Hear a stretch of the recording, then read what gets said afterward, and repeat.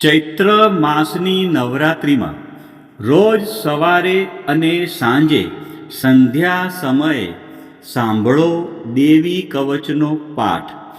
દેવી કવચનો પાઠ સાંભળતા પહેલાં કોમેન્ટમાં તમારી કુળદેવીનું નામ જરૂરથી લખજો અને વિડીયોના અંત સુધી જોડાયેલા રહેજો.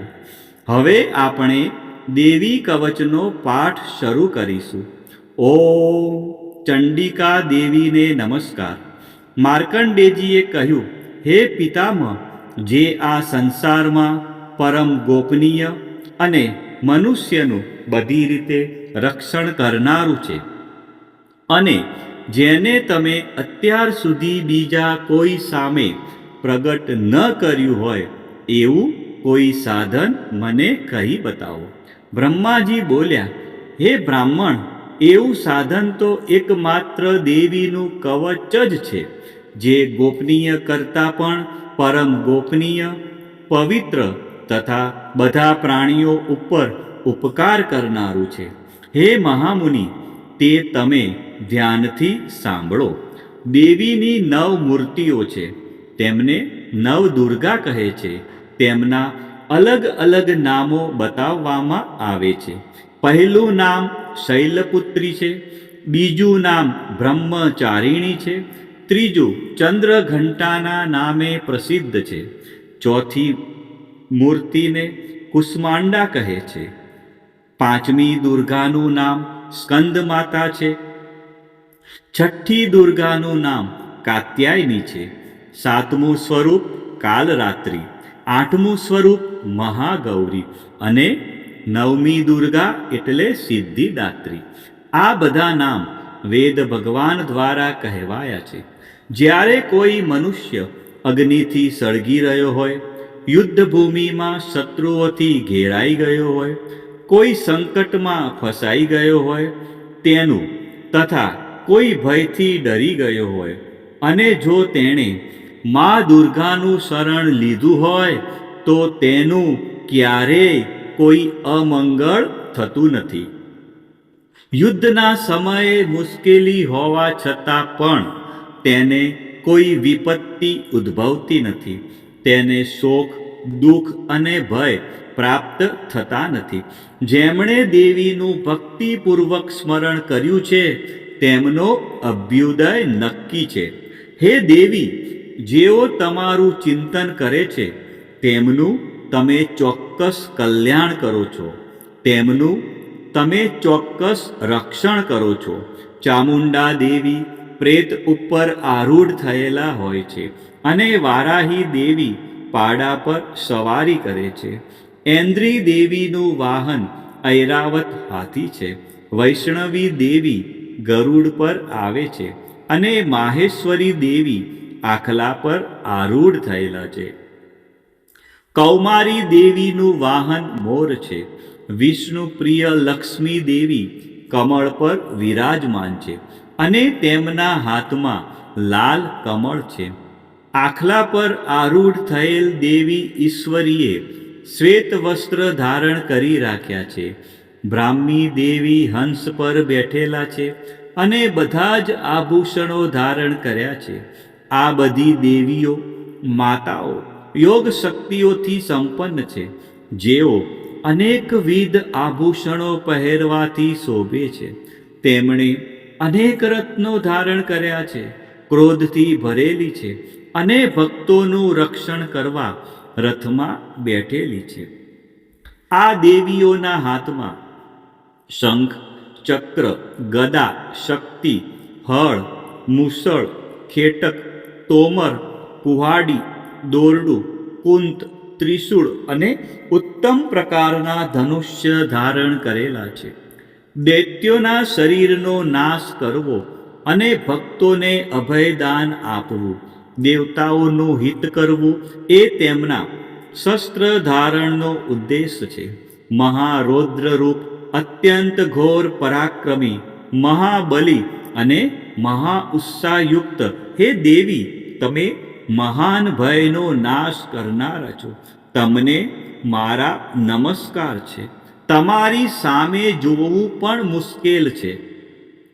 શત્રુઓનો ભય વધારનારા હે જગદંબિકા, મારું રક્ષણ કરો. પૂર્વ દિશામાં ઐન્દ્રી શક્તિ મારું રક્ષણ કરે. અગ્નિ ખૂણામાં અગ્નિ શક્તિ, દક્ષિણ દિશામાં વારાહી દેવી તથા નૈઋત્ય ખૂણામાં ખગધારિણી દેવી મારું રક્ષણ કરે. પશ્ચિમ દિશામાં વારુણી દેવી અને વાયવ્ય ખૂણામાં હરણ પર સવારી કરનારા દેવી મારું રક્ષણ કરે. ઉત્તર દિશામાં કુમારી અને ઈશાન ખૂણામાં શૂલધારિણી દેવી મારું રક્ષણ કરે. હે બ્રહ્માણી દેવી, તમે ઉપરની બાજુએ મારું રક્ષણ કરો.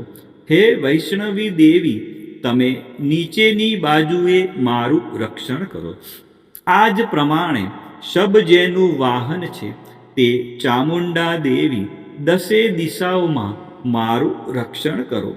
જયા દેવી આગળની બાજુએ અને વિજયા દેવી પાછળની બાજુએ રક્ષણ કરે. ડાબા ભાગે અજિતા દેવી, જમણા ભાગે અપરાજિતા દેવી મારું રક્ષણ કરે. ઉદ્યોતિની દેવી શિખાનું રક્ષણ કરે અને ઉમા દેવી મારા મસ્તક પર વિરાજિત થઈને મારું રક્ષણ કરે. માલાધરી દેવી મારા કપાળનું અને યશસ્વિની દેવી મારી ભમરોનું રક્ષણ કરે. ત્રિનેત્રા દેવી ભમરોના મધ્ય ભાગનું અને યમઘંટા દેવી નાસિકાઓનું રક્ષણ કરે. શંખિની દેવી બંને આંખોના મધ્ય ભાગનું રક્ષણ કરે. દ્વારવાસીની દેવી કાનોનું રક્ષણ કરે અને કાલિકા દેવી ગાલોનું રક્ષણ કરે તથા સાંકરી દેવી કાનોના મૂળ ભાગોની રક્ષા કરે. સુગંધા દેવી નાસિકાઓની અને ચર્ચિકા દેવી ઉપરના હોઠનું રક્ષણ કરે. અમૃતકલા દેવી નીચેના હોઠનું અને સરસ્વતી દેવી જીભનું રક્ષણ કરે. કૌમારી દેવી મારા દાંતનું અને ચંડિકા દેવી કંઠ ભાગનું રક્ષણ કરે. ચિત્રઘંટા દેવી ગળાની ઘંટિકાનું અને મહામાયા દેવી તાળવાનું રક્ષણ કરે. કામાક્ષી દેવી દાઢીનું અને સર્વમંગલા દેવી મારી વાણીનું રક્ષણ કરે. નીલગ્રીવા દેવી કંઠના બહારના ભાગનું અને અન્નનલિકાનું કૌબેરી દેવી રક્ષણ કરે. ખગીની દેવી બંને ખભાઓનું અને વ્રજધારિણી દેવી મારા બંને બાહુઓનું રક્ષણ કરે. દંડીની દેવી બંને હાથોનું અને અંબિકા દેવી આંગળીઓનું રક્ષણ કરે. સુલેશ્વરી દેવી નખોનું રક્ષણ કરે અને કુલેશ્વરી દેવી કુખ પેટનું રક્ષણ કરે. મહાદેવી બંને સ્તનોનું અને શોક વિનાશીની મનનું રક્ષણ કરે. લલિતા દેવી હૃદયનું અને શૂલધારિણી દેવી ઉદરનું રક્ષણ કરે. કામિની દેવી નાભીનું અને ગુહેશ્વરી દેવી ગુહ ભાગનું રક્ષણ કરે. પૂતના અને કામિકા લિંગનું અને પાડાને વાહન બનાવનાર દેવી ગુદાનું રક્ષણ કરે. ભગવતી દેવી કટી પ્રદેશનું અને ઘૂંટણોની રક્ષા વિંધ્યવાસિની દેવી કરે. સર્વ કામનાઓ પૂરી કરનાર દેવી જંગાઓનું રક્ષણ કરે. નારસિંહી દેવી પિંડીઓનું રક્ષણ કરે. તૈજસી દેવી બંને પગોના પૃષ્ઠ ભાગનું રક્ષણ કરે. શ્રીદેવી પગોની આંગળીઓનું અને તલવાસીની દેવી પગના તળિયાનું રક્ષણ કરે. પોતાની વિકરાળ દાઢોથી ભયંકર દેખાતા કરાલી દેવી નખોનું અને ઉદ્ધવ કેશીની દેવી વાળનું રક્ષણ કરે. કૌબેરી દેવી રૂવાંટીના છિદ્રોનું અને વાઘેશ્વરી દેવી ત્વચાનું રક્ષણ કરે. પાર્વતી દેવી રક્ત, મજ્જા, વસા, માંસ, હાડકાં અને મેદનું રક્ષણ કરે. કાલરાત્રિ દેવી આંતરડાઓનું અને મુકુટેશ્વરી દેવી પિત્તનું રક્ષણ કરે. પદ્માવતી દેવી કમળ કોષોના મૂળ આધારનું અને ચૂડામણી દેવી કફનું રક્ષણ કરે. જ્વાળામુખી દેવી નખોના તેજનું અને અભેગા દેવી સમસ્ત સાંધાઓનું રક્ષણ કરે. હે બ્રહ્માણી દેવી, તમે મારા વીર્યનું રક્ષણ કરો. હે છત્રેશ્વરી દેવી, તમે મારી છાયાનું રક્ષણ કરો. હે ધર્મધારિણી દેવી, તમે મારા અહંકાર, મન અને બુદ્ધિનું રક્ષણ કરો. હે વ્રજ ધારણ કરનાર દેવી, તમે મારા પ્રાણ, અપાન, વ્યાન, ઉદાન અને સમાનનું રક્ષણ કરો. કલ્યાણથી શોભતા હે દેવી, તમે મારા પ્રાણનું રક્ષણ કરો. યોગીની દેવી રસ, રૂપ, ગંધ, શબ્દ અને સ્પર્શનું, અને હે નારાયણી દેવી, તમે મારા સત્વ, રજ અને તમો ગુણનું રક્ષણ કરો. વારાહી દેવી આયુષ્યનું રક્ષણ કરે. વૈષ્ણવી દેવી ધર્મનું રક્ષણ કરે.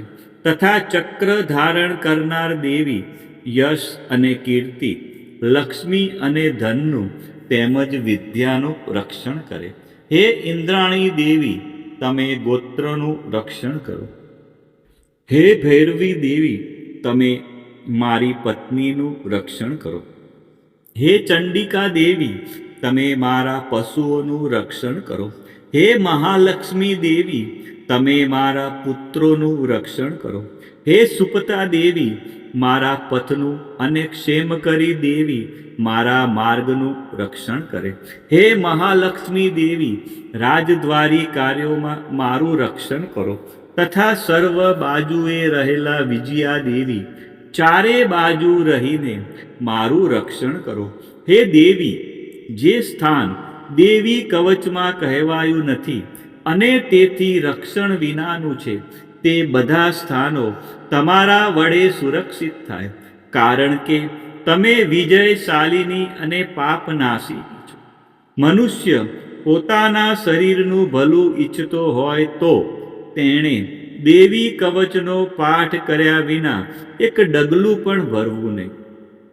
દેવી કવચનો પાઠ કરીને જ યાત્રા કરવી.